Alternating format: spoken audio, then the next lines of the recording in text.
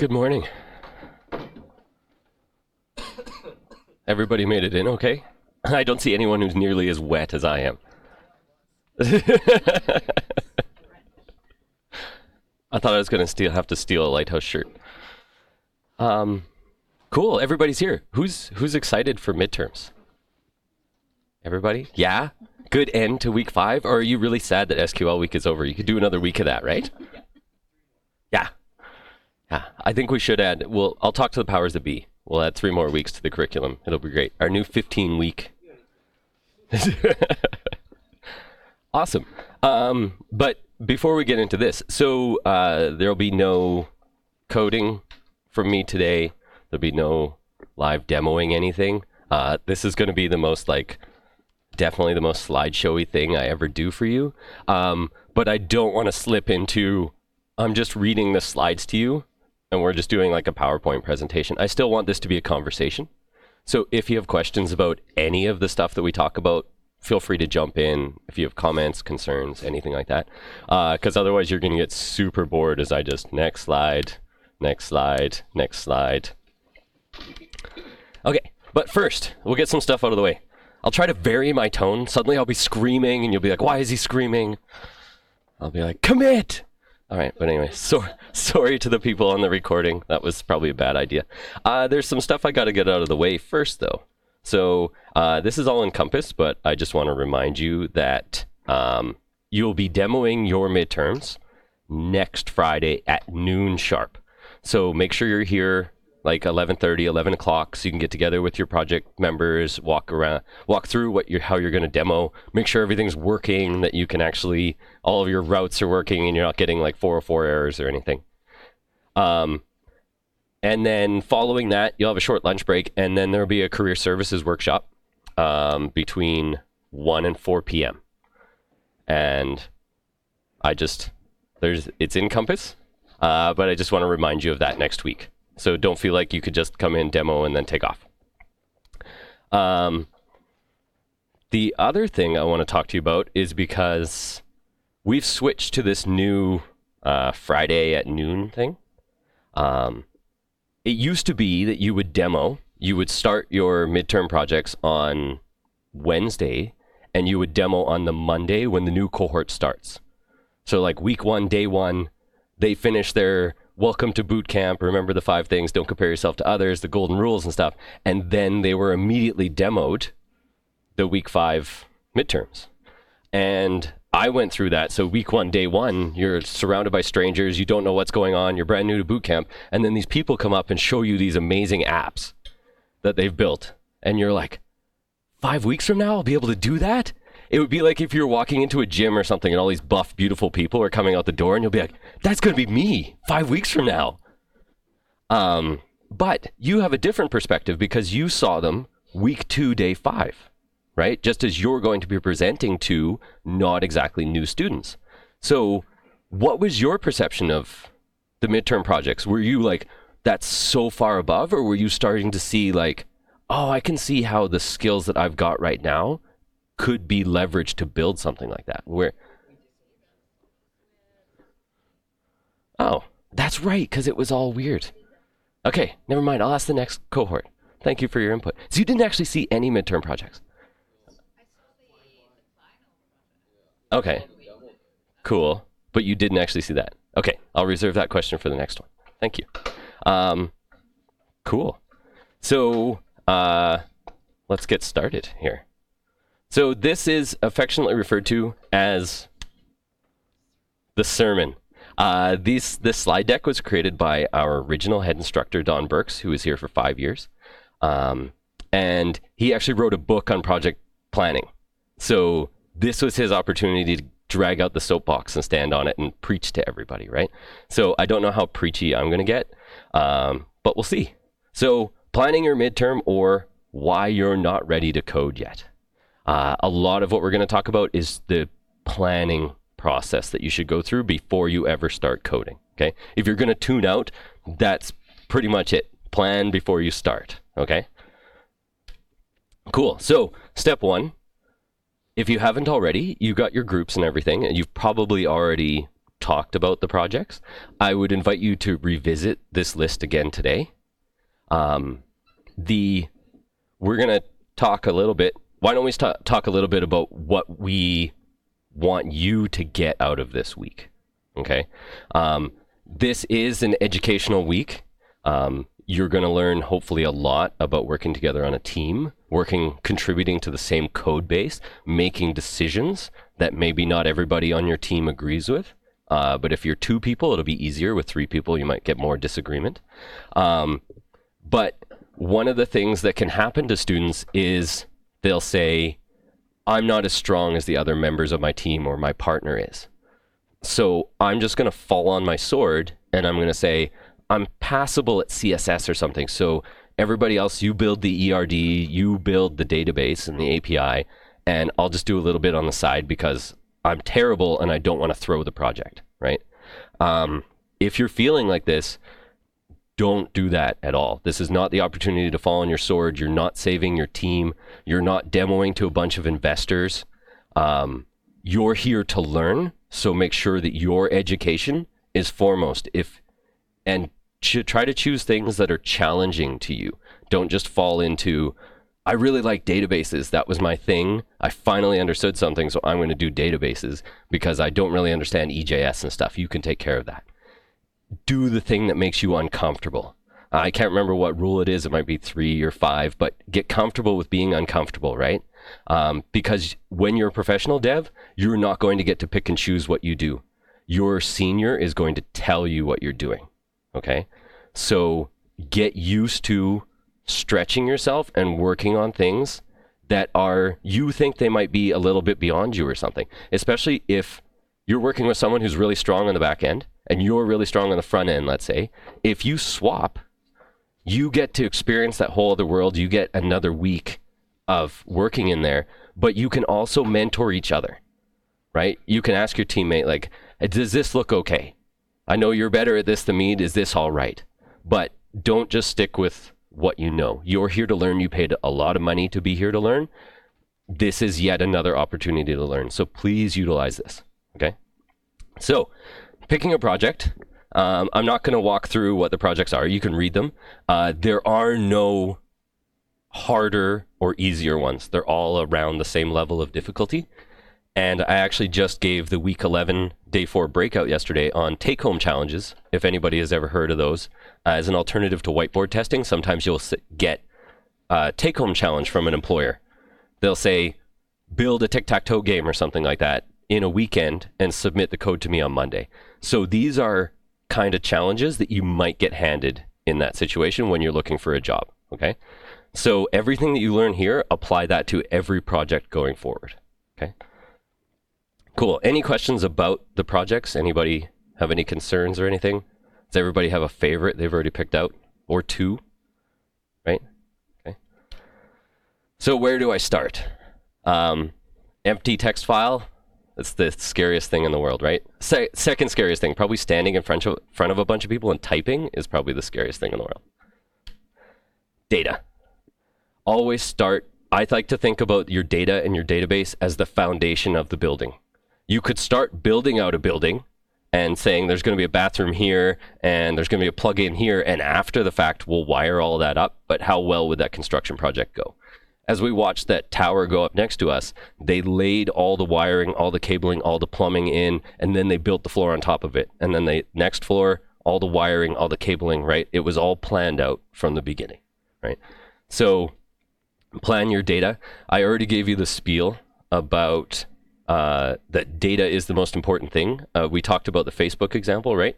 If somebody wiped out the Facebook database, it would crush Facebook, right? So clearly the most important thing in the world is data.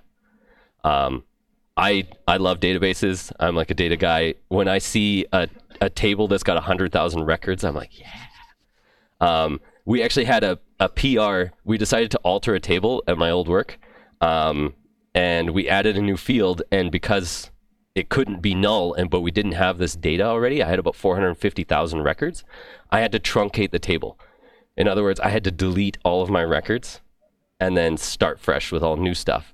And I complained about it so much that my coworker said, "Oh, your children, they've taken your children." because I was like 450,000 records gone. So anyway, data, most important thing in the world, start with your data. Everything starts with the data. You ask yourself a series of questions. What data do I have access to, or what data am I going to acquire through users using my app? So let's do a little example one. I'll send out all the slide deck and everything afterwards, as well as a list of resources and stuff. So what data do you have access to? Maybe one of the projects is going to have you retrieving information from an external API, something like that. Maybe it's going to be purely driven by you. People are going to put pins on a map, but you need that user input before everything starts actually making sense, right? You can't share an empty map. It doesn't really make any sense. You need those pins and stuff like that. So ask yourself, what data do I have access to or can acquire? Can you correlate that data to something else? If you think about the way that we utilize things, we're always like, what does that mean to me? If you find out that the temperature today is 8 degrees, or in our case, it's probably somewhere around 0 right now. Okay, that on its own, that's a single data point. Doesn't really mean anything. If I say it's June 25th and it's 0 degrees, you have some context for that. There's some kind of correlation there where you're like, I have a date and a temperature. Wow, that's amazing. Or you're standing at a bus stop and I show you all the bus times in Vancouver.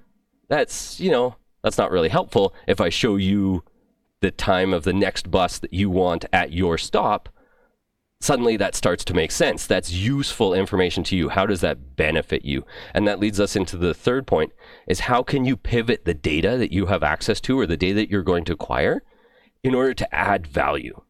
If you think about any of the apps that you have installed on your phone, probably none of them are there because you're like, yeah, I get nothing from it.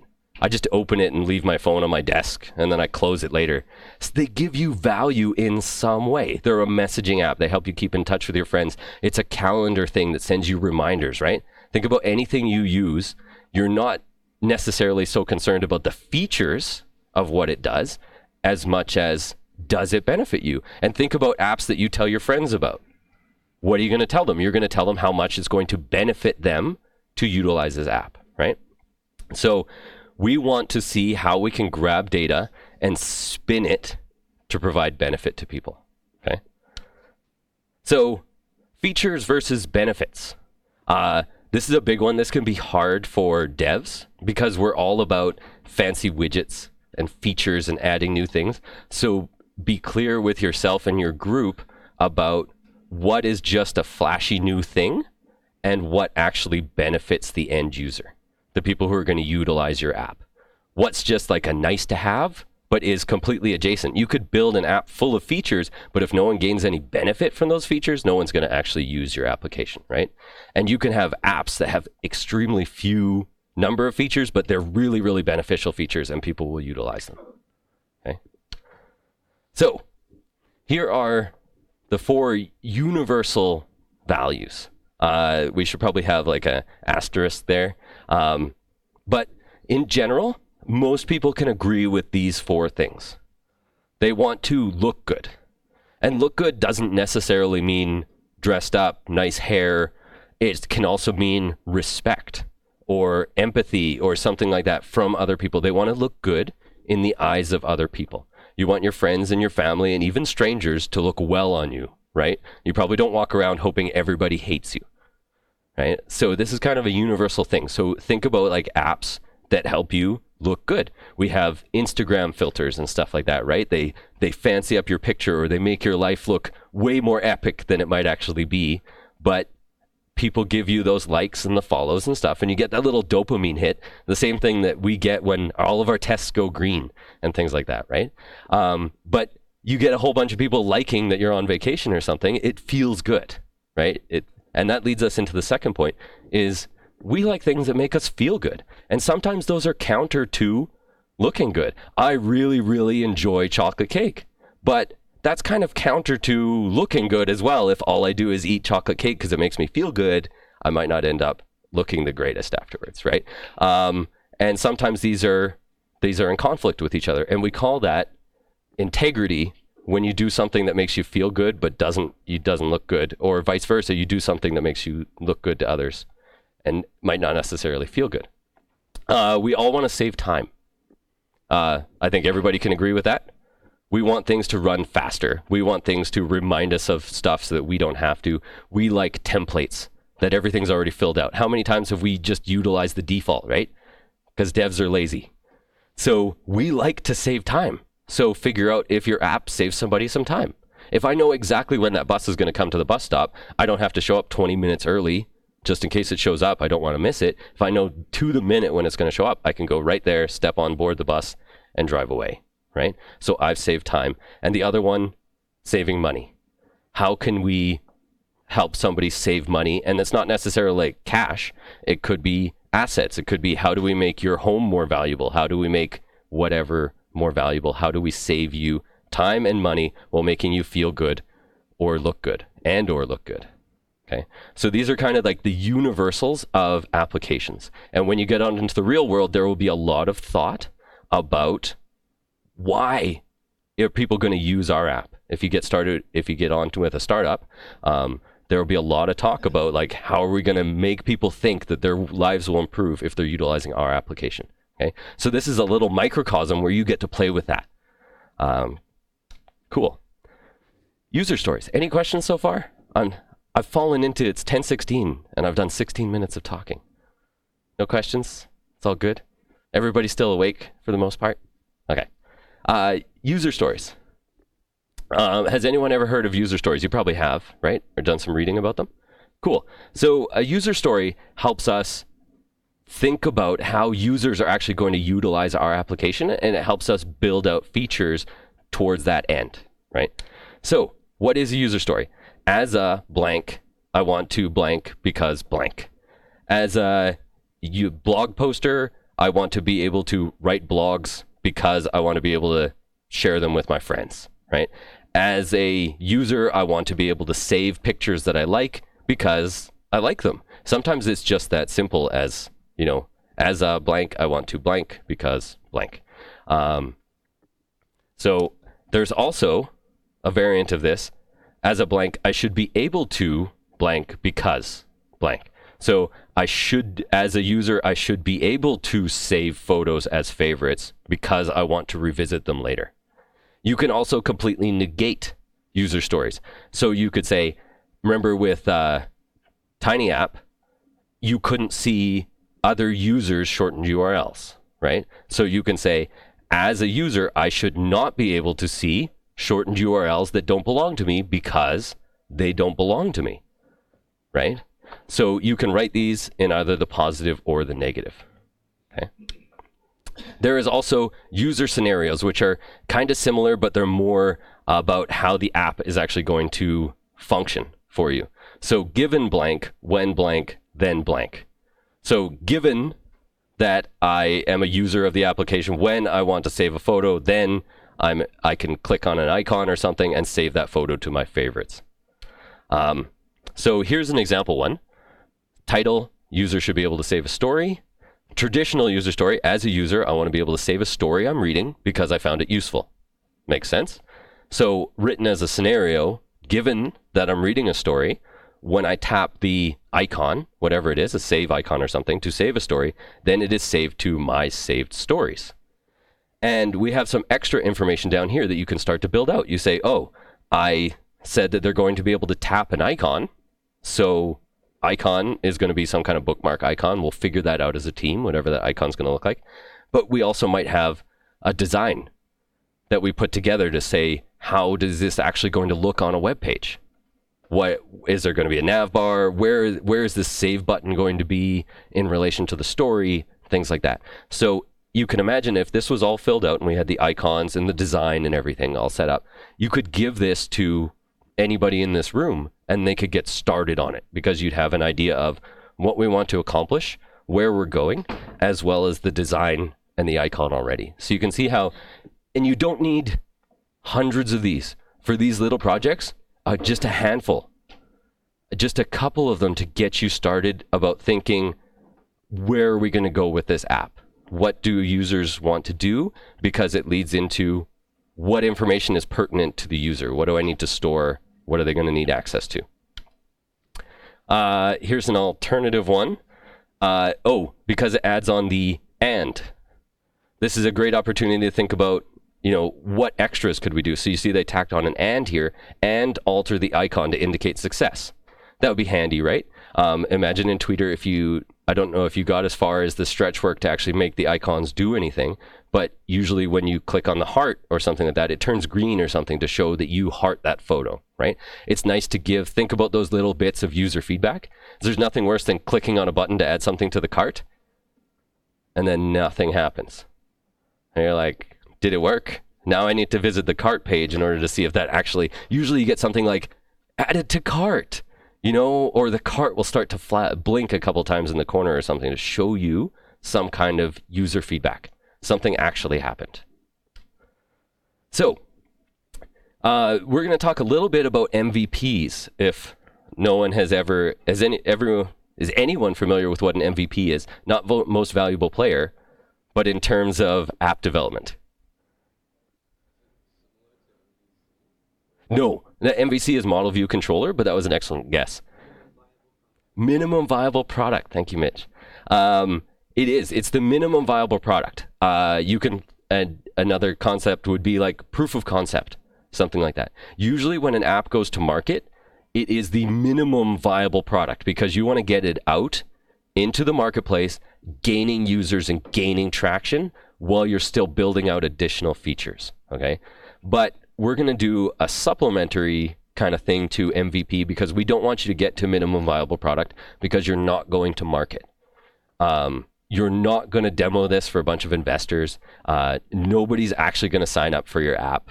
I'm sorry if anybody had big plans, but this is just for us. You're going to slave for an entire week. You're going to present for 4 minutes, and then you're probably just going to forget about this app.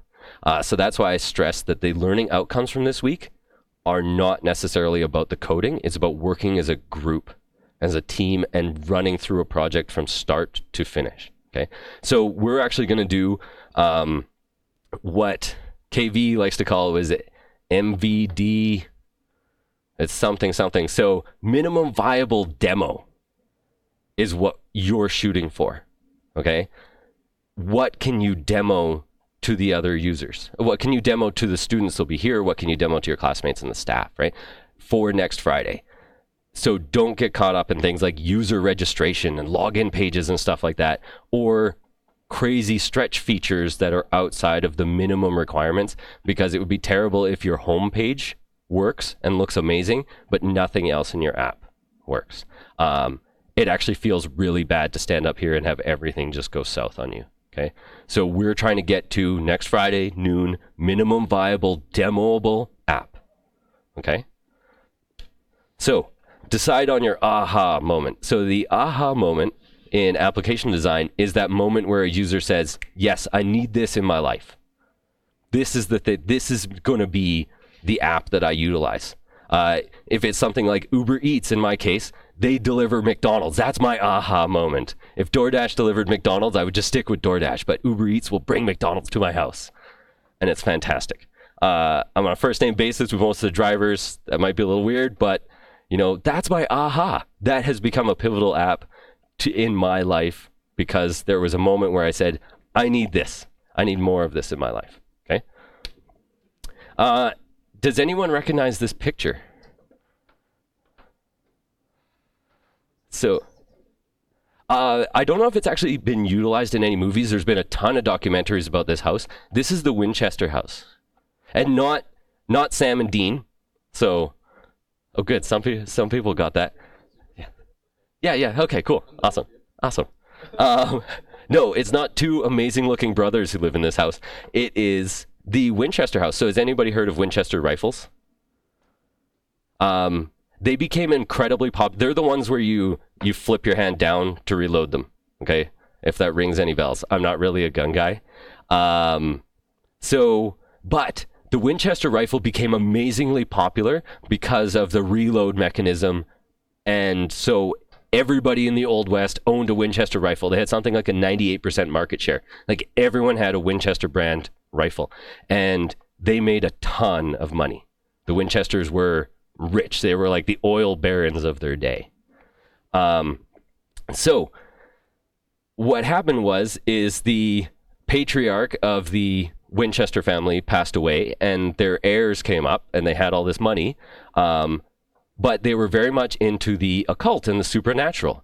And they believed that every person who had ever been killed by a Winchester rifle was out for vengeance. And they were haunting the house, and they would try to kill them at any opportunity to get revenge on what Sam Winchester, I think his name was Sam Winchester, might be. I'm probably just confusing it with the show now. We'll call him Dean for the sake of this. So they were concerned that there were ghosts everywhere, okay? I am actually going somewhere with this, just before you... Okay, so what happened is they had a seance, and they found out that if they continued, as long as the house was constantly under construction, the family was safe. As long as there was constantly new things going on, then the ghosts would get confused. They'd come into the house, and they wouldn't know where people were sleeping. They wouldn't know where they were eating or something like that. They'd get confused, so the family would be safe. So they hired contractors with no plans, and they just said, build. Your job is to build. You're literally keeping us alive by building. So if you see some documentaries about this house, there's staircases that go up into ceilings. There's doors that open onto blank walls. There's windows that you're like, oh, this is going to open to the outside. You open it, and it's literally the room next to it. There's something like 32 bathrooms, and only one of them actually works. And this continued. This used to actually be 7 stories tall, but because it was so shoddily constructed and just kind of slapdash together, there was an earthquake in California, and the top 4 stories fell off. So it's kind of a fascinating story, but it's also, how does it pertain to us? It's an excellent example of scope creep, which is where you started off with this set of requirements. Everyone in your group was like, yes, these are the requirements of our app. In fact, we give you those requirements for the apps in the breakdown of the projects. But this is what happens when you don't have somebody steering the ship, you don't have an accurate plan. You're just like, let's add new features. Because if you go into your midterm and you're just like, wouldn't it be cool if, we like to say those are the 5 most dangerous words in programming. Wouldn't it be cool if? Wouldn't it be cool if our users could do this? And if you all start jumping onto wouldn't it be cool if, wouldn't it be cool if, you'll find that the bow of your ship will start to turn and turn and turn. And then next Thursday, you're going to look and you're going to say, I thought we were going to be here, but we're over here. How did we get here? And it's because you're constantly chasing that wouldn't it be cool if, wouldn't it be cool if. You'll have staircases that go to nothing. So don't get caught up in that. Have a good plan from the beginning, and you'll be much more likely to succeed. I know it can seem like you're spinning your wheels while you're in the planning process and nothing's actually happening, but you're doing a lot of preparation that makes later decisions much easier, okay? There's documentaries and stuff on this if you're interested. So, if you aren't going to demo it, don't build it, okay? Literally, this entire thing is moving to a 5-minute demo next Friday. If you're not going to show it off, don't build it into your application, okay? FAQ and about pages. Nobody's going to want to see like your profile image and a little blurb about yourself and stuff like that. Like if you were actually going to market, that might be cool. Frequently asked questions. You don't actually have any users, so how would you ever have an FAQ, right? There's 0 asked questions. Sign up pages.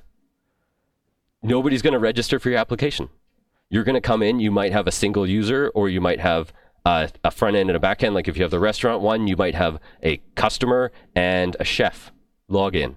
And just do that with like one regular window and one incognito window.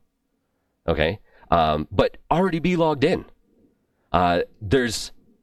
We always get a couple of groups who will actually build out a login page, and then you're up here and you're trying to type, and for whatever reason you haven't stumbled on a@a.com yet. So you're actually typing in your real username and password and whatever, and you're gonna fat finger it. It's actually surprisingly hard to stand on this side of the podium and present. So the least amount of typing you can do during your demo, do that, okay? And also don't count on like user input. If you're like, who's got a suggestion? Because you see how well that works out during lecture. So don't count on audience participation, okay?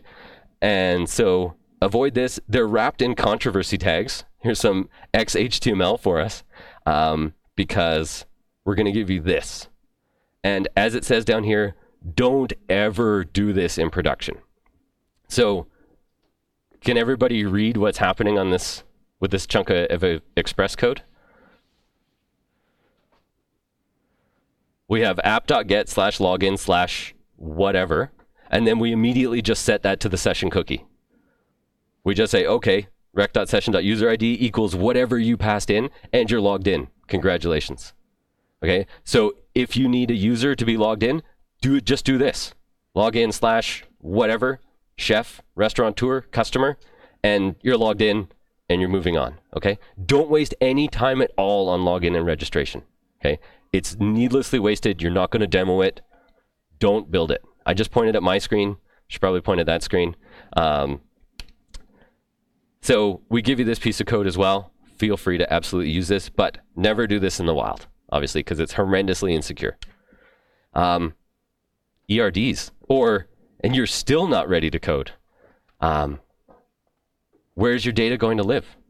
We spent this week learning about SQL, relational database design, how to query that data from our JavaScript applications, right? So build out your ERDs, and this is the problem with slides created 5 years ago. Completely broken. So I'm going to put something up in the background just while... Am I actually logged in? Sure, authorize that. Sign in as me. Yes, allow. Open existing diagram. This is great, right? Isn't this awesome? Don't you want to demo this for people? Okay, let's look at something like this while we just have a chat. So here's an example that I would have built. Actually, this one's not very good. Let me grab Uber. I have one on my Google Drive, I think. Books and authors, Uber. There we go. That's the one I want. Open in this window. Okay, there we go. So the last time I did the week 5 day 2 lecture, the students and I built out an Uber app. So this is just to show you that there's multiple tables. Make sure that you understand how your data is related to each other. If you need users who order from restaurants and those restaurants have various different products on the menu, then each of those nouns that I mentioned is going to have its own table. You're going to have a users table and a restaurants table and a food items or products table or something like that. And then draw lines between them from the primary keys to the foreign keys. How are they related? How are we going to query this data? If you know where your data is going to end up, like how your buckets are going to be organized, it helps you write out your API routes. It helps you create your user interfaces. Okay, everything starts from the data and up. I would recommend that you spend all of today working through this planning, especially ERDs. You can use online tools, especially for like something like this or templating.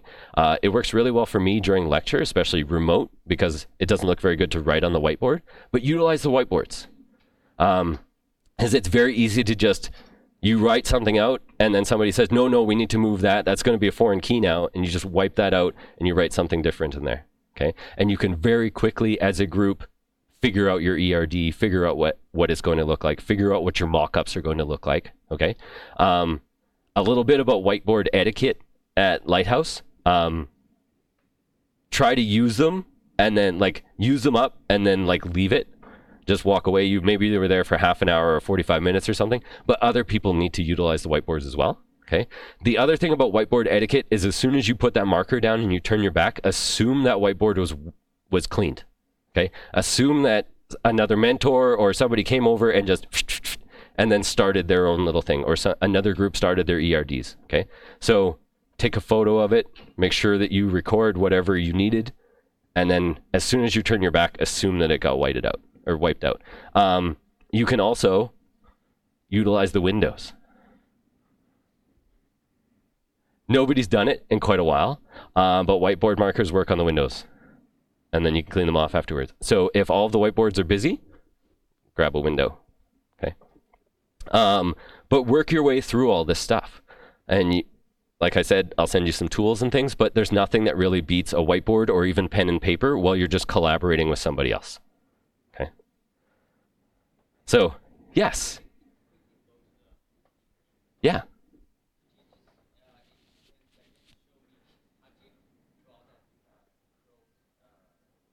Oh, yeah, with this one, draw.io, it has...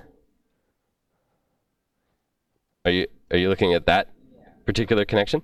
So basically, how do you create this? Oh, in very simply in here. So obviously, are you familiar with the crow's foot for relational database design? So this is the many side of the relationship. So if we scroll down here, we see that we have a bunch of entity relation things, and we can just grab whichever one we want from here and drag it onto here. And then you just say, this one's on that side, this one's on that side, and boom, those tables are related. Okay. This is pretty quick once you get used to it, but remember that you're moving towards demo.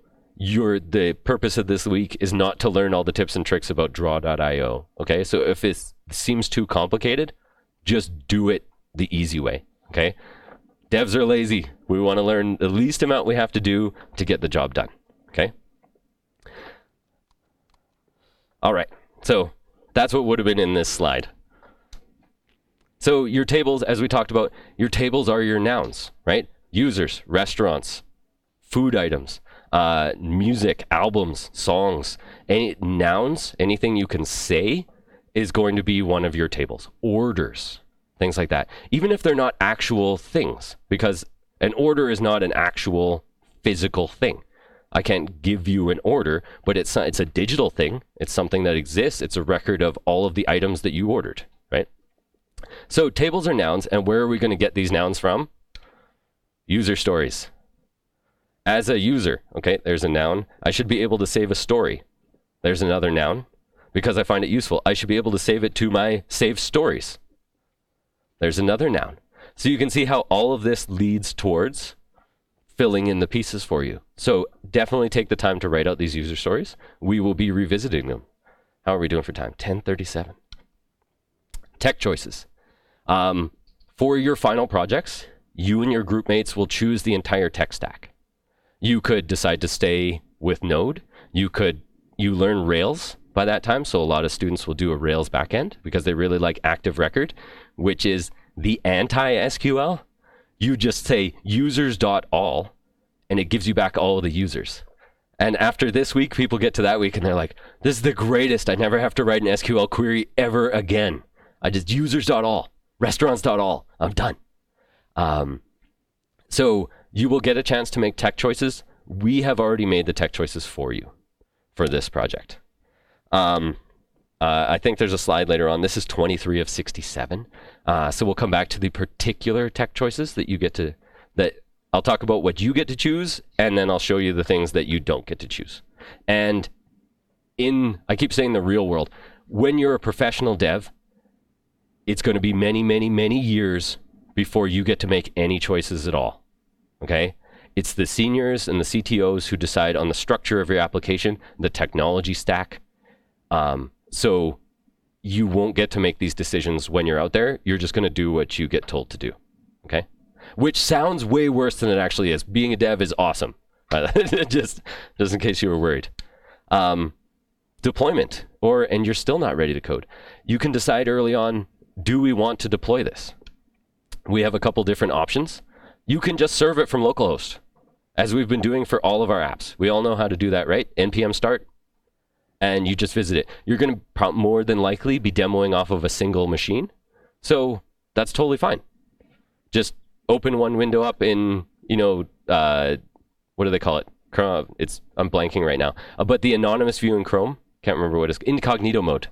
And you have your two different users, right? Localhost 3000. Or if you're feeling ambitious and you want to show it to the rest of the world, you want to add it to your portfolio, deploying to the cloud. We recommend Heroku because it's free and it's fairly easy to set up. But this is additional complication. This is fairly straightforward. We've already been doing this for several weeks now. But if you feel like you and your group want to deploy to Heroku, start taking those steps down the path and then call in a mentor. Okay, just to make sure that it's the first time. You can ask Jay, the first time you deploy to Heroku is like pulling your hair out, but then the next time is 5 minutes. Because you're like, I already did this. I already know all the hurdles I'm going to hit, and I just move around them. Server framework. This would be the start of your tech choices. Like I said, you might choose Rails, you might choose Node. You might choose something other than Express. Restify is a popular option. You don't get to choose. We're just going to tell you you're using Node and Express. And why would we as Lighthouse have made the decision to explicitly say, this is what you're using, don't use anything else? Yes. That's a partial one because it's what we've taught you, because 100% of your group is familiar with these technologies. We haven't said like, oh, also add in WebSockets and maybe build out a React app. And then members of your group would be completely lost, right? We want everyone to be on the same team. Why else would we want you to stick to Node and Express?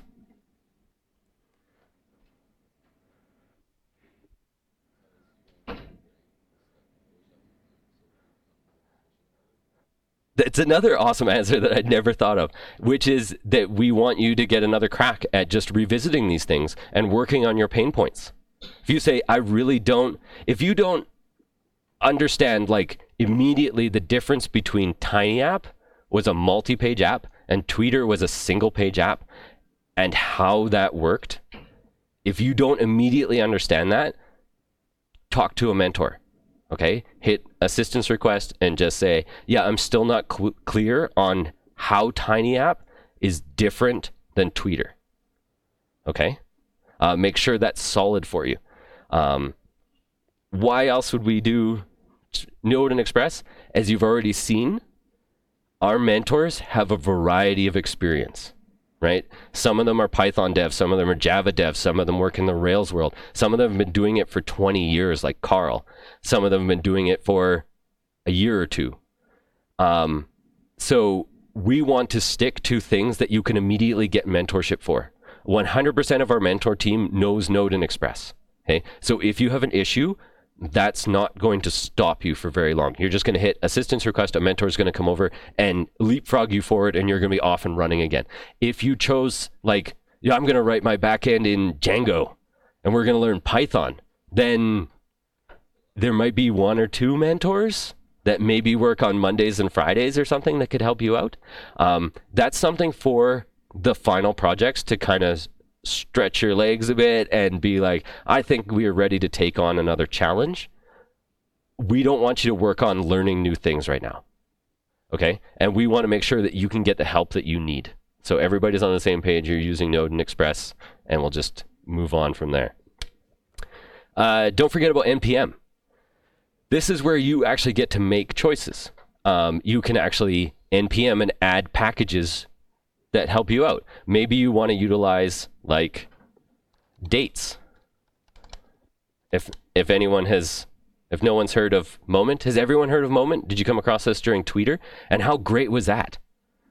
That you didn't have to figure out what the divide by 60, divide by 60, divide by 24 and stuff like that to get your UTC seconds or your Unix time seconds into an actual date, right? That was fantastic. You brought in Moment, one line of code, boom. Moment.from now, finished. So there's tons of these. So let's just do a little bit of a NPM shopping spree. So let's pretend that this is Amazon or eBay or something. What's the first thing you do besides, yay, that matched my search term? What's the next thing you do when you get on Amazon? Well, you look at the item details. My first thing is I scroll all the way down and look at the reviews. And I especially look at the 1-star reviews. I want to know why somebody was dissatisfied with the product, because maybe that's actually the thing that I thought the product was going to solve for me. Or maybe it's not a concern, but you look at the ratings, right? You'll probably be a little cautious about ordering something that's got no ratings with it, right? Because who knows? Does this reflect most people's online shopping experience? Okay. Well, let's pretend that everyone does that. So how do we figure out whether people are actually using a package or not? There's this awesome graph over here. How's the font size? Is that big enough for everybody? Can you see what's going on here? Was that a thumbs up or a make it bigger? Okay. Okay. Raise the, yeah, okay. Awesome. So you can actually see number of weekly downloads, 9.2 million. This is probably a pretty well-supported package. right? You can go through from here and you can look at the number of issues that they have, the version they're on, number of issues, open pull requests. Those are people who are trying to contribute code to this library. You can go to the homepage. You can look at the GitHub repository. Everything is available right here. So if you're looking at a package and it's got 45 weekly downloads, it's probably not the greatest thing. Maybe you're the first one to discover this thing, because at one point, Moment only had 45 weekly downloads, right? And it needed to gain momentum. But try to grab packages that have a lot more weekly downloads, because it's an indicator of how well that package solves the problem. Okay? But there is a caveat to that. Is everyone familiar at this point with try catch? Do we walk through like the try? You try whatever's in the try block, and then the catch block, it'll catch any errors that occur. No, it doesn't. You can use it with a way to async await, but you can actually just wrap things in a try catch block. No, nobody's actually used that. Okay, well, I want to show you this package. It's called Nice Try. So the idea behind a try catch block is that you try the code inside the try block, and if anything goes wrong with that, it moves into the catch block, and then you can handle your errors. So it's a way of, you know how when you hit an error now, Node completely crashes as soon as it throws? This is a safe way of being able to handle errors and not have your server crash. So anyway, what this package does, this Nice Try package, is whatever code you want to try and run, you send it to Nice Try, and Nice Try will try and run it, and if there's any errors, it just throws the error completely away. So it's essentially useless. The GitHub repo contains, this is going to be awesome, because I think they got source in here and everything. Okay, check it out. This is the entire package. Try something, whatever callback you passed in, and if there is an error, just do absolutely nothing with that error. So you can see why it's called Nice Try. Isn't this great? It's a single line of code, right? So this is a completely useless package. I want to point that out, but I also want to point out this enormous graph. 8.3 million weekly downloads for one line of code. Yeah, so careful as you shop around. But generally, number of weekly downloads is a good indicator of how good the package is. And if you're going shopping for something, I always just prepend all my Google searches with NPM. I'm like NPM date package, NPM whatever you're looking for, and you'll get into the NPM shopping area here. Have people shown you this? You can click on this. Already done? Oh, good. Nima already walked through that. So yeah, NPM doesn't actually mean anything. Cool. So that's package shopping. So remember, we're lazy. I can't say that enough. Don't feel like you have to write the code to prove yourself. If you can find a package that does something better, bring that package in. Another anecdotal story, because I got to fill out some time. My very first PR, pull request, when I got started as a professional developer, I was duplicating keys from one object to another object. And I was doing the username : other object.username, and this, next item : and all this other stuff. And I was doing everything longhand because that was the way that I knew how to do it. And the comment that came back from the senior on my code was, "Have you never heard of Lodash?" Because he's like, why are you doing this? Why are you working so hard? You're working way harder than you need to, and you're making your code harder to read. Because imagine that you just use Lodash and you just say copy object. You pass it one object and you pass it the other object, and then it's copied for you. One line of code and it's done. Or just the particular keys or something like that. Don't feel that you have to prove your technical chops. A lot of what we do as developers is just pulling in disparate packages, mashing them together, and then creating some kind of application from it. Okay? So, NPM, go shopping. Find a package that works for you. Yes?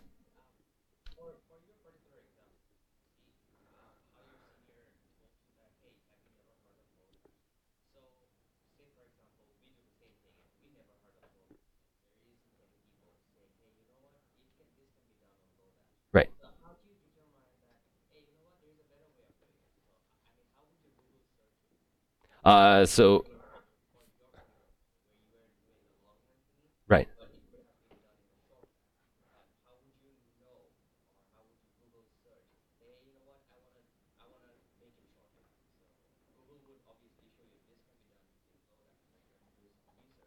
Right, but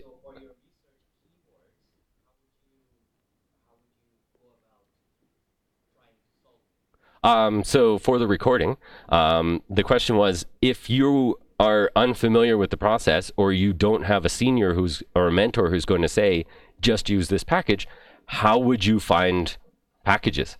It can be quite a chore to figure out what something is called in order to actually Google for it. You might have to do a bunch of different looking around, reading through Stack Overflow answers, stuff like that, or you might just never come across it. You might just have never come across the package and you're just completely ignorant to it. And that's also fine because at some point you're going to have a mentor or your senior or something like that tell you, just use this package instead.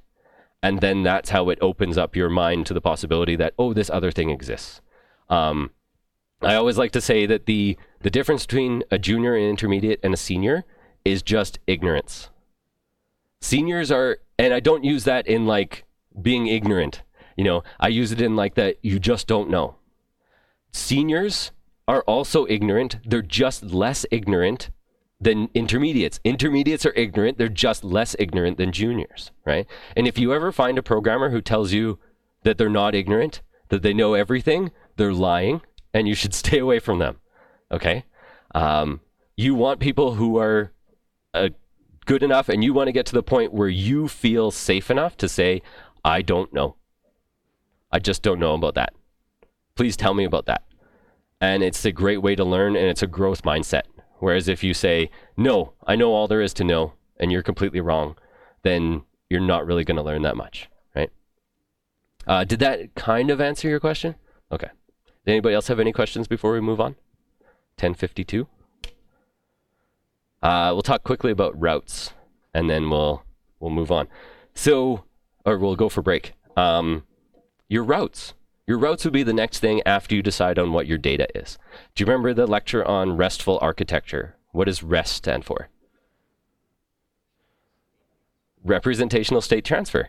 Exactly. It's a massive long thing that we shortened to REST, and it can be, you know, really hard to kind of wrap your head around that.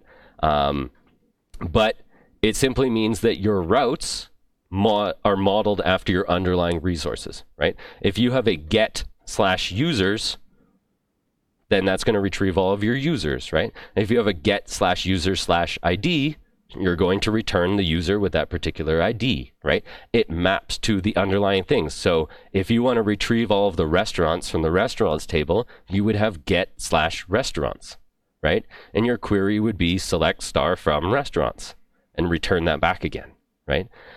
It really is a nice way for us to reuse our routes. So we can have get request to the same route as a post request, right? Because those are treated, the verbs make it different, right? So think about your nouns and structure them out as your endpoints for your routes so that you can start making your API.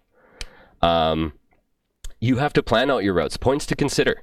Are you doing a multi-page app? Just like Tiny App was, in which case you're limited to get and post because HTML only understands get and post requests, right? Or are you going to do a single page app and make AJAX requests, in which case we get all of the verbs. We get put and patch and delete, which will change how you structure your routes. Because we had to do post/URLs/ID/delete, right? But if you had access to the delete verb, that would have been delete/URLs/ID, right? So it changes how you construct your API. And these are not mutually exclusive. You don't have to say, I'm going to build a single page application or a spa and use AJAX for everything. Or I'm going to build a multi-page app like we had with Tiny App, and I'm just going to render every view as the clients hit the URLs. Okay? Those aren't mutually exclusive. You can have multi-page apps that have a single page that makes some AJAX requests, right? You can mix those technologies together. They work really well together, So maybe even try experimenting with that. Are you going to get your parameters in your URLs? What information do you need in order to query the database? More than likely, it's going to be a primary key, right? You want restaurant/1 corresponds to the primary key of 1 in your database, right? So are you going to need parameters? Or is it a post request and everything's going to come along in the body, right? RESTful conventions, as we talked about. If your tables are nouns, then your routes are the verbs to get to those nouns. Get/users. Post to create a new user. Delete to drop a user. Put to update, put and patch to update things in place or upsert things, right? So you can plan out your routes and your verbs. And every step of this process, like when you get to the ERD, I think it says it in Compass, but assistance request. Get a mentor to look it over. Get multiple mentors to look it over if you can, because we all have different opinions and we all have different levels of skill in these things. Like I might give you a different answer for whether your ERD is complete or not than Rohit or than Travis, right? So get some different perspectives on how to create your tables, how to plan out your API, okay? Get at least one perspective. Try to get multiple ones, but don't be afraid of, I don't want to show a mentor because my routes are crap. I don't want to show a mentor because I don't really understand databases and this is terrible. That's a great learning opportunity. It's a great opportunity for you to get some feedback from someone who's just slightly less ignorant than you are currently. Okay? So ask for feedback always, okay, as you work through this planning process. Where are we going here? And then into wireframing. So your user stories will feed these things, right? As a user, I want to be able to save a story I'm reading because I found it useful. Given that I'm reading a story, get/stories/whatever/ID. When I tap the icon to save a story, then save it to my save stories. Post/users/ID/stories/story ID, something like that. Or maybe it's going to be a post request and you'll have everything in the body where you have a user ID and a story ID, and then you can update the database accordingly, right? Think about what you're going to need from the users, but keep coming back to these user stories. So I stress that this is your very first thing, coming up with user stories, because it will feed the rest of your app, okay? And why don't we take a break here so you can get some coffee and wake up a little bit, and then we'll move into wireframes after the break.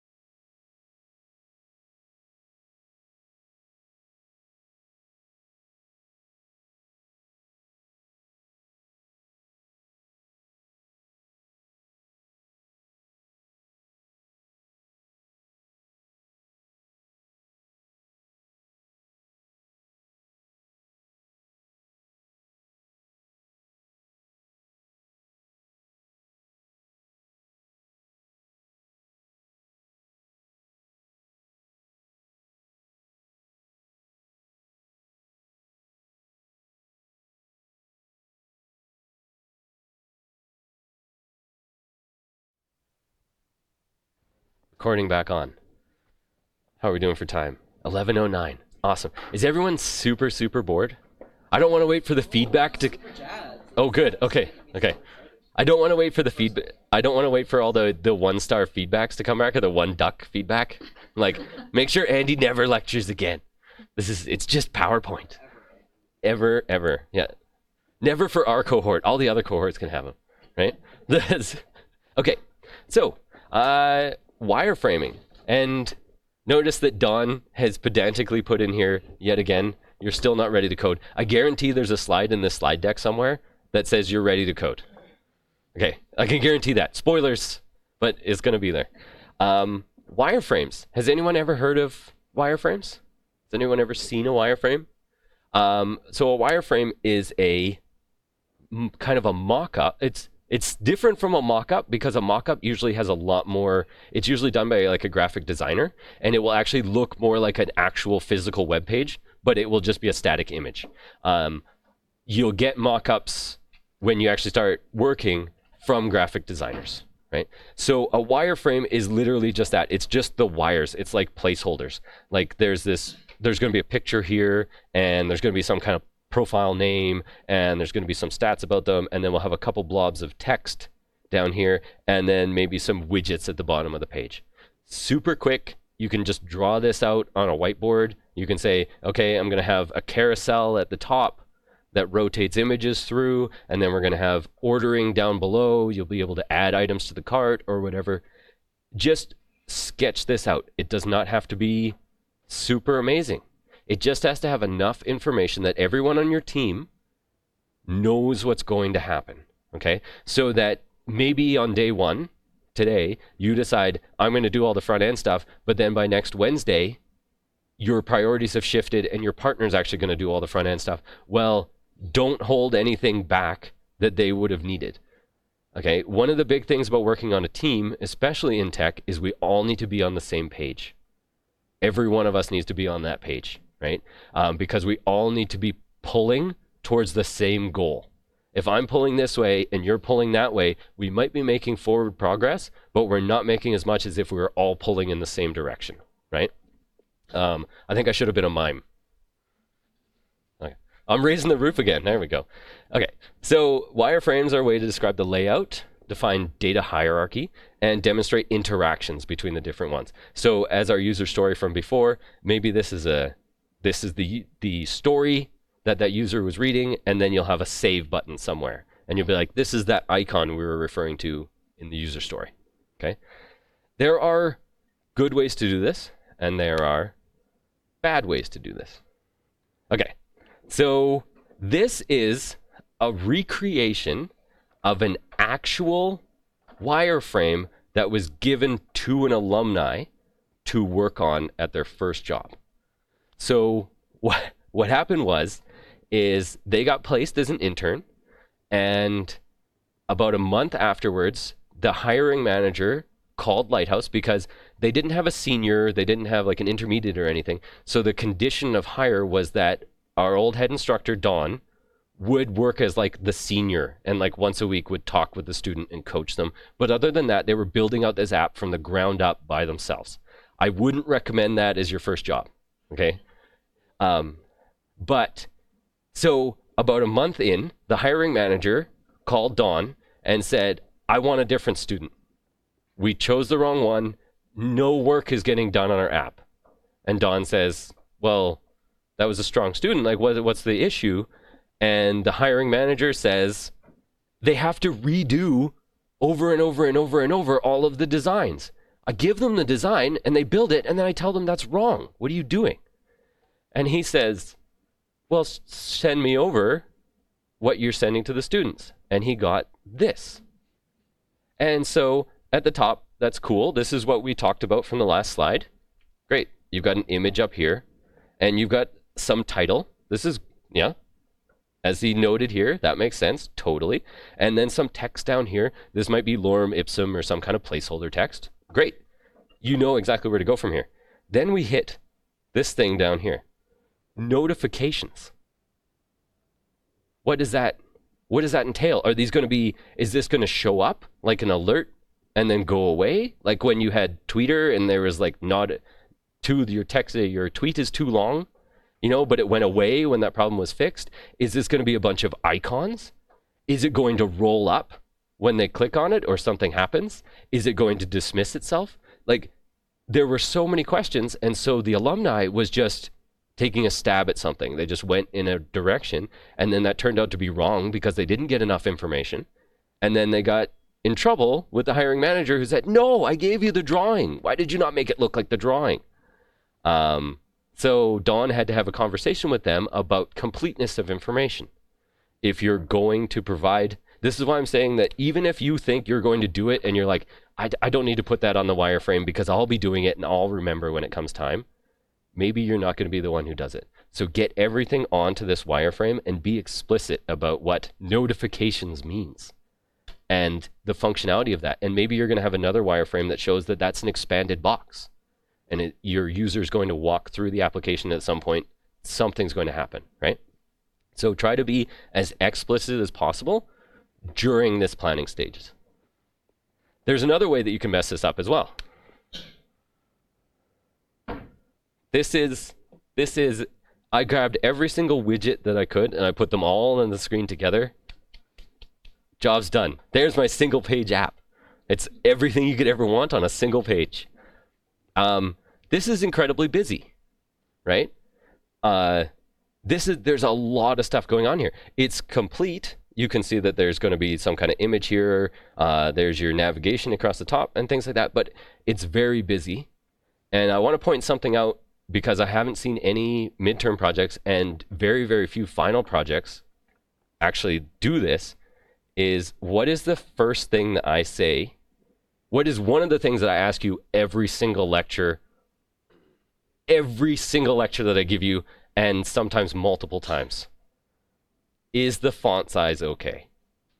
When you're demoing, you're going to be on this big screen, and the default zoom is something like this, and then you're going to be standing there going, okay, and then our user logs in up here, or they're able to click into the search function now.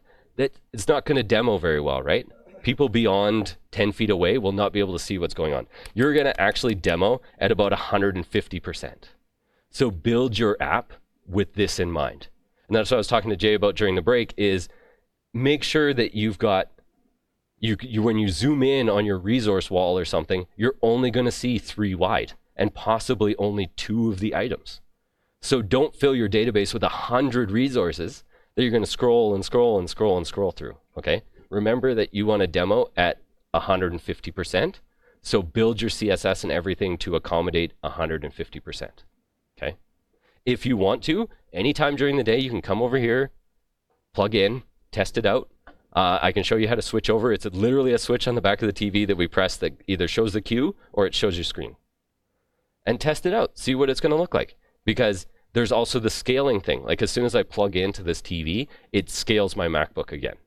So it might look great on your MacBook at 150%, but then you plug into the TV and it's all blown out of proportion. Okay? So feel free to do that. You come over here, just plug the dongle in, you're off to the races. Okay? I haven't seen anyone actually utilize that, so I wanted to point it out now. Usually it's tiny, tiny little writing and everyone's like, what is that? What does that say? Cool. Storyboarding. Any questions about wireframing? Is that okay? Storyboarding. So you've probably heard of storyboarding from the movies. They often like draw out scenes. That character is going to be standing here, and they're going to say this thing, and then they're going to move. They're going to walk out the door, and it's going to look like this. That way, the director and the director of photography and everybody can get on board and say, like, what are these going to look like? Where are we going to position the actors? How's the lighting going to affect them? Where are the cameras going to be positioned to capture these angles? Stuff like that. We can use storyboarding in a similar way to, so it's wandering through different ones here. We can use storyboarding in a similar way to, do we actually have an example? We don't in this slide deck. Show how a user would move through your application. You can say this is the initial state and they want to be able to upload an image or something. You're making an Instagram thing. So then the next one would be the image resizing and possibly cropping page. And then the next one would be like what it's going to look like once they've saved it. So your user stories feed this. I want to be able to click on this button. Okay, the next one shows a pop-up that says saved, and then your icon has turned to like a check mark or something, or the heart has turned green, something like that. So storyboard how your user is going to walk through your application. I've added an item to the cart. Great. Is that cart going to be like a side panel that pops out using jQuery or something that, you know, like slides out like your tweeter where you're rolling the form down and hiding it? And so in that case, show. Like in Tweeter, if we were storyboarding this, we'd have the tweet page, and then we'd have the compose tweet button, and then the next image would say that it's been clicked and the tweet thing is on the screen now. And then you might have another one that says tweet is too long and shows where the red text would show up, right? The more of this you can get down today and tomorrow through the weekend, whenever, the more everybody's going to be on the same page, and the easier it will be. You're going to be making less choices as you're developing. You're just going to be like, the choices are already made. I just have to make it work now. Okay. Wireframing for the web is the same. You can set up a timeline of your user workflow and figure out what an ideal path would be for that user. When we talk about testing, like with TDD in week 2, and then we revisit it in week 8 and week 10, we always talk about avoiding the happy path. You don't just want to test your application with, yes, you add one thing to your cart. You would want to test it with, what if I add ABC things to my cart? What if I add minus 9 million things to my cart? How does my code react to that? Don't worry about that. You are building to get to a demo. You're not worried about malicious users hacking your system, manipulating it, breaking it. You are going to demo the happy path. You're not going to be like, what is it going to be like if we ordered 9 million pizzas? Oh, it crashed. Great. No, you're going to be like, I add one pizza to the cart. Here's the cart. It has one pizza in it. I click checkout. And so you're going to demo the happy path. So code to the happy path. Okay. And all of your user stories should be like the happy path. And as I said before in one of the earlier slides, if you're not going to demo it, don't do it. Don't have like alert messages for, hey, you tried to check out and your cart's empty. Because if you're not going to show that off, then why would you bother writing that all up, wiring it up to work, creating the wireframes and everything for that? Because you're never going to have a user click checkout when their cart's empty, right? You are in control of your demo. You show us what you built, okay? Don't show us what doesn't work. Show us what works. So then we're back to the user stories again. As I alluded to, this would be how your user would walk through your application. Any questions about wireframing, storyboarding, anything like that? Okay, design. And you're still not ready to code. Design absolutely matters. It's one of those crushing things. It actually hurt me when I was a student to find out that the pretty apps win on demo day. Which I think that we should get rid of the voting for demo day, but I think that's a totally different thing. But people love things that look good, even if they don't work. It's kind of a sad thing, I know. Even if it does nothing for you, but the user interface is slick, you're going to have a better opinion about it, even if it's completely broken. Have I talked to you about No One Cares About Your API? The blog that I want to start? Okay, so when I was learning to code, I didn't know anybody. I was self-taught for several years, and I didn't know anybody else who coded. So what I would do is I would tell my employees at work, I'd be like, look at what I built over the weekend. And no one cares about your API. You're like, look at all these endpoints I created, and users can go here, and it's RESTful architecture. And everyone who's not technical is going to go, great. I assume that was hard. But if you create some simple client-side thing on CodePen, like a tic-tac-toe game or something, everyone jumps on it. They're like, yeah, I want to play tic-tac-toe. And you're like, no, but I built this Sudoku solver that has the algorithm and it runs. And they're like, yeah, can I play Sudoku? Like, what was the point of this? No one cares about your API. Design matters. But there's a huge caveat to that we're not teaching you to be graphic designers. You are always going to get graphic designers when you're a professional dev to design your stuff for you, and you are going to develop it. They are going to tell you what colors to use, what fonts to use, how big to make things, where to place images, stuff like that. And you're just going to make it happen. Just like we did with Tweeter, where we gave you that it should look like this, build it out to look like this. So use various different resources. like dribble, folio focus, and smashing. So why don't we go to folio focus and just take a quick look at this. So you can see various different styles, things that these are example things that you could click into. I don't want to look things up in the dictionary. You can see live examples of some of these sites. How do I get to, there we go. Freelance web designer. Ooh, that was pretty slick. Rolled in, ooh. Oh, images are rolling in. This person must really know their stuff, right? Because from a CS, and let's assume that they didn't just completely steal this design from somewhere else. But this looks pretty cool, right? There are sites like this where you can just rip this off. There are no copyright police. The thing that we're concerned about with academic integrity is that you're stealing code from other students and submitting it as your own. Steal other people's designs. Go to websites. If you're doing the food ordering one, go to Uber Eats, go to DoorDash, look at how they do it, and steal that stuff. Go to, I have it open here. Where's my Start Bootstrap? Startbootstrap.com. And there's a whole bunch of different themes that you can click into here, and you can free download. You can see a live preview. Let's check out a live preview of this example thing. Great. Nice header at the top. This could be a splash image of some restaurant's food or something that looks, oh, that's really giant pizza slice or a McDonald's coffee cup. That's going to make Andy order. And then you scroll down and like, oh, yeah, look at this. 3 columns wide, 3x2, different images. Oh, it's got like a hover effect and stuff. These are all completely free. Just choose one that you like, download it. You can change the colors if you want. If you don't want to change the colors, don't change the colors. And there's various different, and ooh, it even has that auto, scroll down to the about section, scroll down to the contact section, and it all lights up. Steal other people's stuff. We're not designers, okay? Do whatever just makes it look good on the page, okay? There's also, if you go into your network, you can actually look at the CSS that gets downloaded. I'll have to refresh. That gets downloaded, and you can actually get into these. Where's my preview? And there's all that's probably super, super small. And there, look at this. Oh, when you hover over an anchor, change the color and underline the link. Great. Can I just Control A, Control C, Control V? Done. Styled. Okay? You're not designers. We don't expect you to deliver award-winning designs. There's a bunch of tools and stuff to help you out. There's also things like Cooler from Adobe. I'll close this so we don't see the constant AJAX request. Yeah.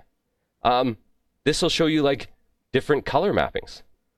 You can look at various different things. You can move things around. You can say, I want, and look how they're all moving to be complementary. I don't know anything about color theory. I wear pink shirts. I have no idea what's going on. Okay? But I could do something like this and I can say, okay, someone who knows a lot more than me says these colors work together. Okay, so these are going to be the colors of my app because someone says that that works. Great. There is I have to figure out how to disable that. Google Fonts. This is a fantastic resource. You can just download any fonts imaginable. So what you do is you go into here and you say, has anybody picked out a name for their app? Okay, let's type in resource wall. And then you say apply to all fonts. And then you just scroll through and see which one calls out to you. Which one looks good? Okay, I'm going to say that Merriweather looks nice.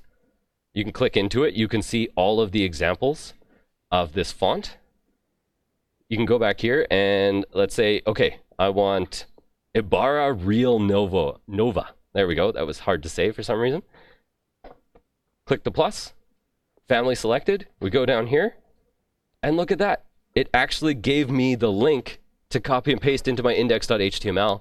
And now I can say font family is Ibarra Real Nova. And I've got this custom font on my page. And that's it. And then you just do this for like the body. You say the body font family is going to be this. And then all of the fonts on your site are suddenly Ibarra Real Nova. And if you want to change that, then you go back and you choose a different one. You say, I want Roboto.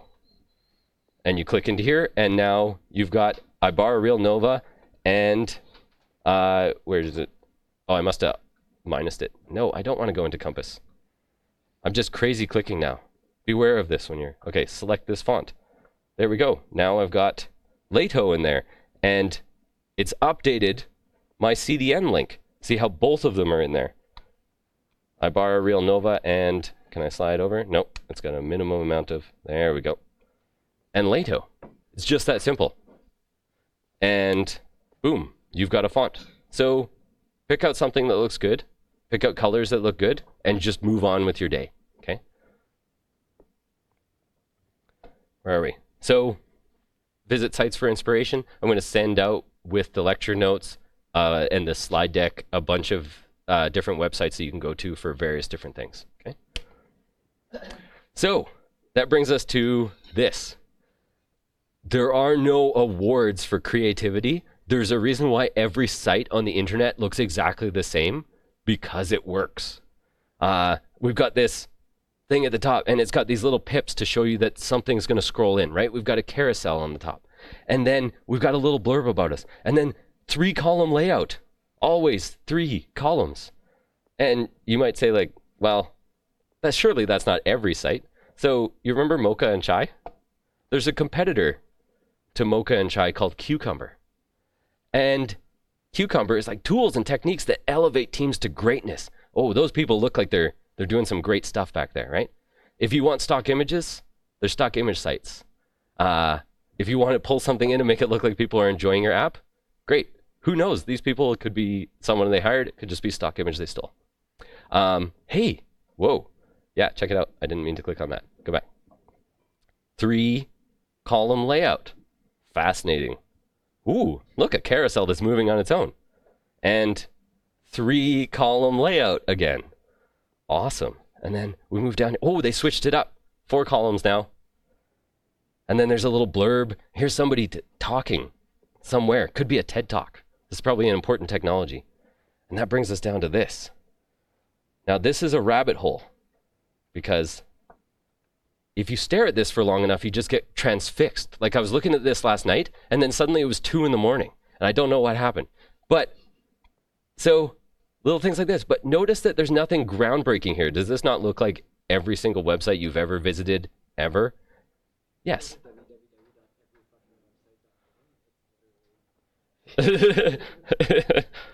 Yeah. Because of the F-bomb, I won't, but Mitch can share that in Slack afterwards.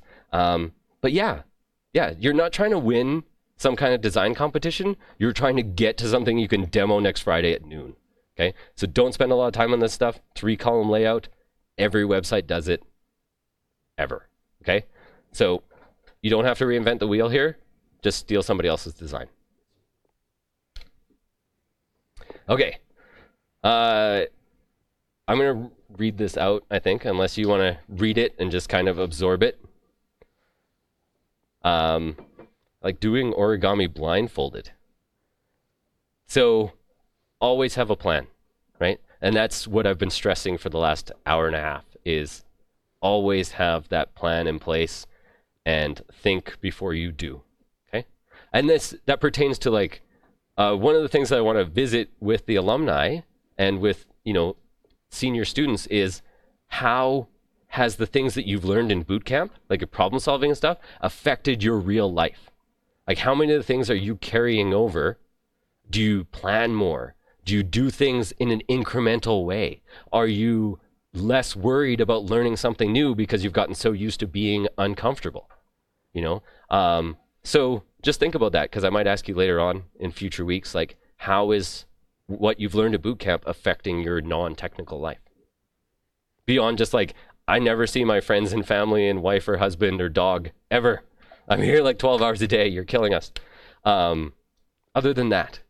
So UI frameworks.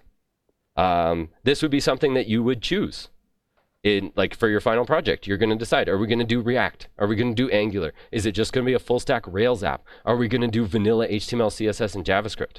Well, once again, you don't get to make that choice. Where are we? Oh, that's spoiler for the next slide. Grids. Grids make it really easy to build out your website. because they space it out. And there's a lot of libraries and frameworks that are built on grids. You've probably heard of CSS Grid. It might be something that you use for your final. Which one do I use? There's so many. Groundwork, Bourbon and Neat. I'd never even heard of. Pure CSS, Min, Bulma, Black Hole, Foundation, Skeleton. There's so many different options for you to choose from. No, you're going to use... Okay, and before you ask, no, I have no idea what that is. Okay, this slide has been in here since I was a student. I had no idea then what it was. I don't think anybody did except Don. So just use Bootstrap. Bootstrap is a built-in grid system. Makes it really easy to lay your stuff out on the page. Try not to deviate from this. Use vanilla CSS and Bootstrap classes.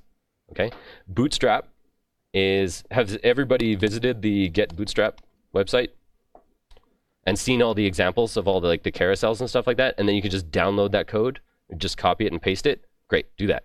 Copy and paste a navbar, change the strings, and you're off to the races. Okay, don't spend a lot of time on this. Don't try and research technologies. Yes.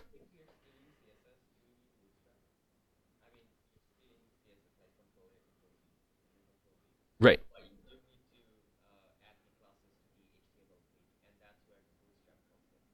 So the question is, if we're stealing CSS, do we need to steal? Yes, you would need to steal, you will need to apply those classes if you've stolen all that CSS.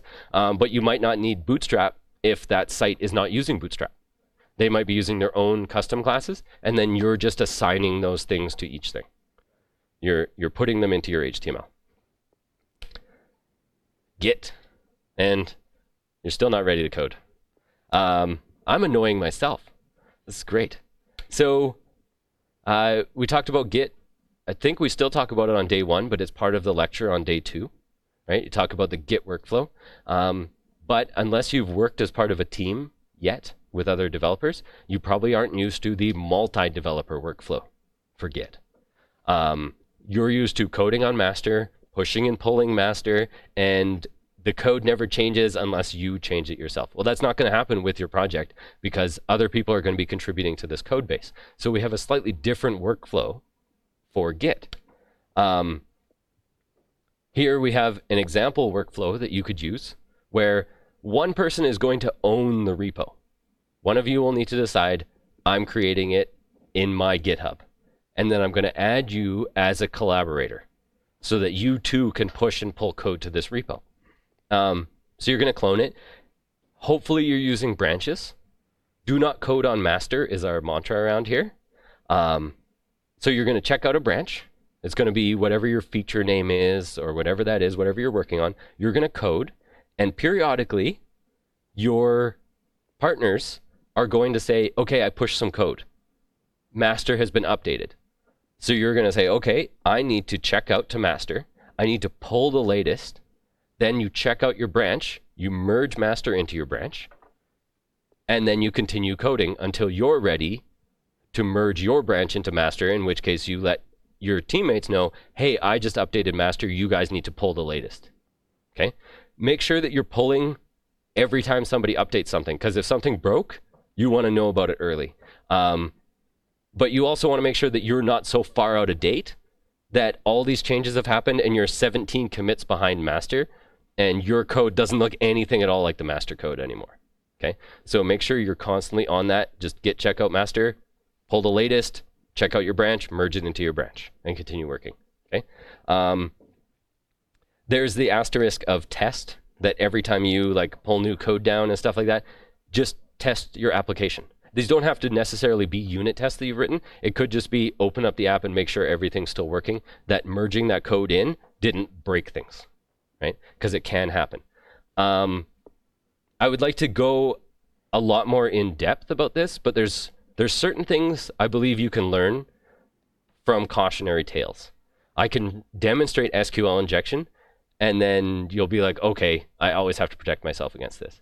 But Git merge conflicts are going to happen. They're a real thing, and it's one of those things that you just need to kind of experience to understand why it's such an issue and why we have workflows around that.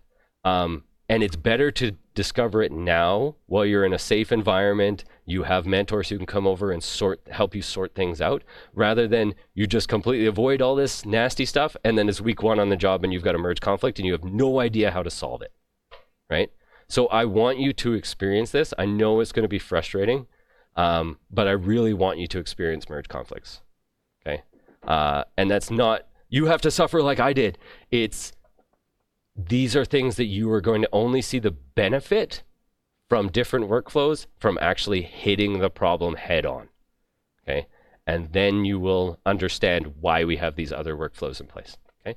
So you are going to hit merge conflicts. If you can't solve it yourself, hit assistance request and a mentor will come over and help you get sorted out, okay? Cool. Please try to avoid coding on master. Okay? Try to be aware of run git branch, and it'll show you which branch you're on. Okay? Make sure that you're not contributing directly to master, because if that's gnarly code, then too late, I committed, it's part of our history now. The way that Git works is it builds on itself. It is literally a version control. There is no take backsies. If you commit and then you want to undo that commit, you actually make another commit to the repo that undoes the previous commit. You don't just delete that commit. It will always be part of the history. That's how version control works. It couldn't really be any other way.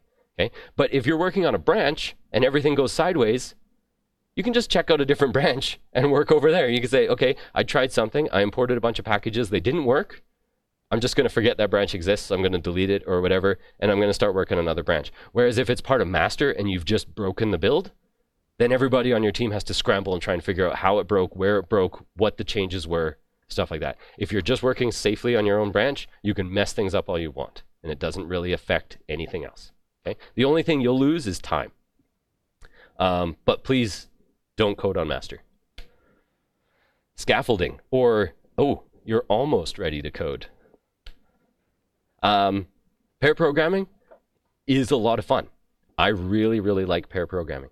We used to do almost 2 weeks of it in the old curriculum, and I miss that because 2 heads are better than 1, especially if you're doing real pair programming where one person is the pilot and their hands on the keyboard, and the other person also has their laptop open, and you're researching things, or you're looking up syntax, and you say, I don't remember what the syntax is for an insert statement. The person who's coding shouldn't have to leave VS Code. The co-pilot says, oh, don't worry, I'll bring that up on my laptop and I'll spin it, and then you can see the syntax and you can continue working. Okay? It's also great for, you're missing a closing curly brace. You should have a semicolon there. You're missing a comma. Because sometimes you're so into your code that you can't see the forest for the trees. You've had it happen with mentors where you just cannot see what the problem is. They sit down and they go, there it is. And you're like, I've been staring at this for an hour, right? It happens. It'll happen less if you're pair programming, okay? So, checklist for scaffolding out your application. We walk you through this in Compass. You're going to set up a GitHub repo and add your teammates as collaborators. Someone is going to own this. You can fork it later if you want to add it to your personal GitHub, if you want it in there. But right now, one person owns it, everybody else is collaborators, okay? Download and install all your resources. Use CDN links whenever possible. Everyone familiar with CDN? That's what you put into your index.html. Grab all of these resources from CDNs. Make sure your app loads after installing everything. So when you get the bare bones app, make sure that it's running. As you see me do all the time during lecture, and hopefully the other lectures as well, is you did a little thing, and then you node you know, the server or npm start, and you just check to see that it worked. Because you want to make sure that your master always has something that works, right? Push your app to GitHub so that the other team can clone. They are going to clone it to their laptops and then decide on the team responsibilities. We actually give you, those are the resources. Here we go. This is linked in Compass, but we actually give you a skeleton of an application that you can build off of. So it's already got a basic server in here. It's an Express server. There we go. We already have Morgan in there. We've got Sass and a body parser. It's already got the PG client installed. So we're all set. All we have to do is put in our database connection information, and boom, we're off to the races. DB Connect, app.useMorgan, View Engine, EJS. If you're going to do the multi-page app, I recommend something like a templating engine because it makes it really easy to create dynamic stuff. And then we have serving static, and there's some routes in here already. It's already predefined. This is ready to go for you to build off of. Okay, so use this as a skeleton. And the other thing is look through this code and make sure that you and your teammates understand what it's doing at like square zero. You've just downloaded it. You've just cloned this repo, or you can actually use this as a template. Use this as a template to create a new repo from it. Okay. But make sure that you understand this code. Do you remember Tweeter? How was anybody shocked when they submitted a tweet to the API and then they got back a user? And you're like, I didn't submit a user, I just created a tweet. Did anybody delve into that server code to see what's going on? If you haven't, now's a good time. Just go back to Tweeter and look at the API and see how it's structured. See how those random users were created and added to your data. Okay. A great way to learn is to look at how other people do things. This is what you're going to do when you inherit a code base. You're going to look and see how were these problems solved before, and I'm just going to emulate that. Right? Again, you're not reinventing the wheel here. Dividing your tasks, and you're practically ready to code. So there is no one way to do this. Once you have your wireframes and you've decided on your API endpoints and you've got your ERD in place, then you have to decide who's going to do what, right? You could divide it as one person works on the front end, one person works on the back end. You could do pair programming. Don't worry about migrations for right now. We don't really deal with migrations. Are you going to make it responsive, deployment, whatever works? So you can divide it up however you want. You can work together at the start while you're just getting the ball rolling, and then you can divide the responsibilities. You can divide it up however makes sense to you. But I stress this is a real learning opportunity. Don't try not to just do what you're comfortable with and where you're strongest. Try to work on where you're weakest. Okay. Like I said, you paid a lot of money to be here, and you want to get the most out of this learning opportunity. But this is also a time when you want to make it clear to the people on your team what you want. And they'll make it clear to you what they want, because we don't want arguments at the end where someone says, I wanted to build a database and you didn't let me, right? We don't want to get to that point. We want that can be solved early on with planning. And if you both say, or all the members of your team say, I'm not comfortable with databases, I want to build a database, and you all say that, great. You pair program through that. You all work together to get that database up and running, right? Do the things, make sure that you've outlined to your teammates and everybody knows what they're responsible for, okay? Ready to code. And then, da-da-da. So that was not the sound effect at all that goes along with that. There should have been some kind of thrilling thing. I need a sound bar up here, you know, like the wah, wah, wah thing and stuff like that. Then I think my lectures will be next level. Tips for front-end scaffolding. Start with static pages, just like we had you build out. Fake your data. Just use an in-memory object or something. You don't have to get to the point where your API is serving real data up to you to make your front end look great. We did this with Tweeter, right? You started with an in-memory object, and then you moved to dynamically creating them from an array of objects. Then you move to getting them via AJAX from your API, right? Work incrementally like that. Fake whatever data you need. For testing out, do we do one for backend? Yeah, we'll talk about the backend in a second. Decide on your classes and your IDs.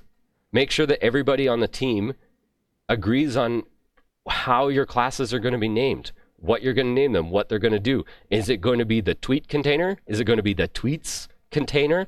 Is it going to be container? Like, everybody has an input on this, okay? Use placeholders. You're probably familiar with lorem ipsum by now. Is anybody not familiar with lorem ipsum? There are other versions of lorem ipsum. Have you explored around? My favorite is bacon ipsum. This is a meteor lorem ipsum. That's meteor. So this is not for vegans. So we're going to say all meat and then give me bacon. So now it's bacon ipsum dolor amet tenderloin strip steak and sausage short loin pastrami. Whatever makes it fun for you. There's various different lorem ipsum generators out there. There's also image placeholders. It's probably super dated now. I don't know if anybody remembers Bill Murray. I'd say that like he's passed away, but he's still alive. But you can actually just get random Phil Murray images. You can say, I want it to be 400 wide and 600. Oh, great. There was an image from GQ. There's my placeholder image. It's going to be Bill Murray. There's all kinds of things like this just to fill things in to make your web page actually look like something. If you're going to do a resource wall, just steal a bunch of images at first, just placeholder images and random bacon ipsum text, just to kind of give you a feel so that you can style it, right? Try all your layouts with different quantities of data. If you're doing the resource wall, find out what looks like an adequate amount of stuff. How does 4 look on the screen? How does 16 look on the screen? How does 0 look on the screen? Does any of this break my layouts? Did anyone come across the thing in Twitter where when you only had 1 tweet, everything was fine, but then when you added 3, everything shifted to the left because there's suddenly a scroll bar that had never been there before? And on some people, it breaks your layouts because you suddenly have this margin on the right that shifts everything over. So try out with different things, different quantities of things to make sure that when you're going to demo, it's always going to look good. You're always going to put your best foot forward, right? Tips for the back end. Start with your data objects. So you've got your ERD, you know what the structure of your data is going to look like. The PG client is going to turn each record into an object with key value pairs, as we've already seen. Make sure that your queries work. Go into the PSQL, REPL, and make sure that your query works before you paste it into your code. Okay, make sure everything is in there. Code atomically is in the smallest possible pieces. Use helper methods, refactor your code as you go, modularize. We had a discussion was it yesterday? 2 days ago, about how to structure your app, build out your routers and stuff like that, right? The great thing, as I mentioned, about pulling things out to different files is you avoid merge conflicts. Because if everything's just in your server.js, everybody's interacting with the same file. But if I say, I'm going to do all of the database queries, and you're going to do the routes for the API, we're doing 2 different files. We're in 2 completely separate files. We can each update as we go. We don't have to worry about merge conflicts. Okay? Communication. This is another huge takeaway from this week. Everybody on the same page. Okay? Even if you don't like your partner and you're like, how could Glenn do this to me and assign me with this person? Because in the real world, you're not always going to like your teammates. Everybody here has worked on a team at some point, right? Either scholastically or in the workforce. And there have been people who you're like, you're not pulling your weight. I don't like you, things like that. That resonates with everybody, right? In tech, we all need to be on the same page. We need to communicate. So choose what you want. We're all on Slack. You have the ability to create new channels in Slack. You could do group messages. You could also create your own channel and just make it private and just invite the people from your group. You have access to that. You can use Messenger. You could use Skype. You could use, I like this. No, seriously, just something. Semaphore. But communicate. Make sure that you're talking to each other. Like tomorrow, are we going to get together to work on the project? Are we going to come into Lighthouse because Rohit's going to be here and Garrett will be here on Sunday? Or are we just going to like set up in a place that's like equidistant for us? Maybe you're commuting all the way from Coquitlam or something and you don't want to come all the way to downtown on a Saturday. Well, maybe we can just remote in. There's live sharing on VS Code now. Maybe we're just going to have a Skype call or something. Or we're going to do I think you can actually do Slack calls. And you can just communicate about things. Or maybe you're just very active on Slack. You just say, no, I got that. Or you're sharing code snippets back and forth. But communicate. Okay. Trello boards or Kanban boards are really good at like, is everybody familiar with like a Kanban board where you have like to do, in progress, and complete? And you can actually grab these things and drag them around. So Trello would have been the one that I recommended from years ago. But now I would be much more likely to, But now I would be much more likely to recommend GitHub projects. So I created this one as an example for yesterday's lecture with the week 11 students. Is you'll have a bunch of to-dos. And I know the font size is probably pretty small. I want you to get kind of the concept of it. So we have things like create wireframes, add integration tests, dry up and refactor the code. When you begin working on something, you just drag and drop it into the in progress. When you're done with that, you drag and drop it to done. Everybody on your team will have access to the board. They can see what other people are working for. You can assign these things to different people. You can say, nope, that's going to be me. I've got this one. You know what's still to come. You know what's in progress, and you know what's already done. And you can go in and you can edit these things. This is a great time to be like, you know how we in Compass, we ask you how long something took at the end? Do you think we do that so that we can better inform students to come of what the workload is going to be? Partially, but partially also so that you can start to understand how long things take. Because if your manager comes to you and says, I need you to do X, Y, and Z, how long is this going to take you? When are you going to have it done by? You are starting to get an idea of how long things take, right? Maybe it's going to take 3 days. Maybe it's going to take 3 months. Who knows? But you're going to have to start getting better at estimating your time. So you could have an estimated time for the wireframes was 60 minutes. Actual was 90 minutes, or actual was 180 minutes. And you can store these things in here, and then that note is saved. And you can update these things, okay? And you can say, oh yeah, the wireframes aren't actually done. We're going to continue working on that, okay? So there's Trello. The great thing about GitHub projects is that you can actually link them to a repo, and you can actually have issues and pull requests and things like that all through this. You can actually dynamically set this up. If you want me to help you out, you can create new issues and they automatically show up on this board. Or somebody opens a pull request and it automatically shows up on this board. This is a fantastic resource, but do whatever you and your group need to do so that everybody's on the same page. You all know what each other are working on, and you know what's still yet to be done. Okay? We reached slide 67. It's 11:56. There are other things that you can do. Every morning we have a stand-up, and it's called a stand-up if you're not familiar with it, because it's literally a meeting so short there's no point in sitting down. We all get together in the room and we very quickly say, what did we do yesterday? What were our challenges? What did we overcome? And what do we plan on doing today? And do I need something from Davey in order to get my job done today?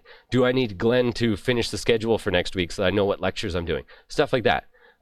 You can say, who's blocking me? What's going on? So you come into Lighthouse in the morning and you just have a quick, like, what are you working on today? What did you work on yesterday? What am I working on today? Cool. Let's do our own thing. We'll reconvene at lunchtime and we'll do this again. We'll have a little chat about what are you struggling with? Have you talked to a mentor about it? Like, how are we going to move forward, right?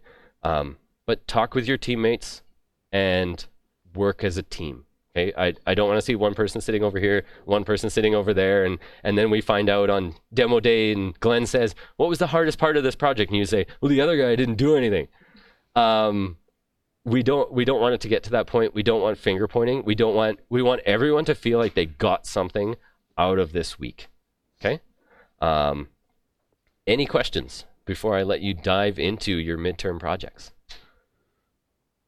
That was probably a lot of information. I'll send out the slides if anybody wants to go through the 67 slides again, as well as a list of project planning resources here. So for like prototyping, wireframing, ERD tools like draw.io, color choosing tools, UI tools, and then placeholders, obviously. Place Kitten is a great one. But in the end, like, looking at all these wireframing tools and ERD tools and stuff, nothing beats a whiteboard or the window or a piece of paper. Okay? That's quick and it gets it done and you don't have to learn a new technology. Okay? Cool. This is going to be great. Oh, the last piece of advice I would give you is front load the work. Do as much this weekend as you can. When we ran from Wednesday to Monday, everybody would be here on Sunday.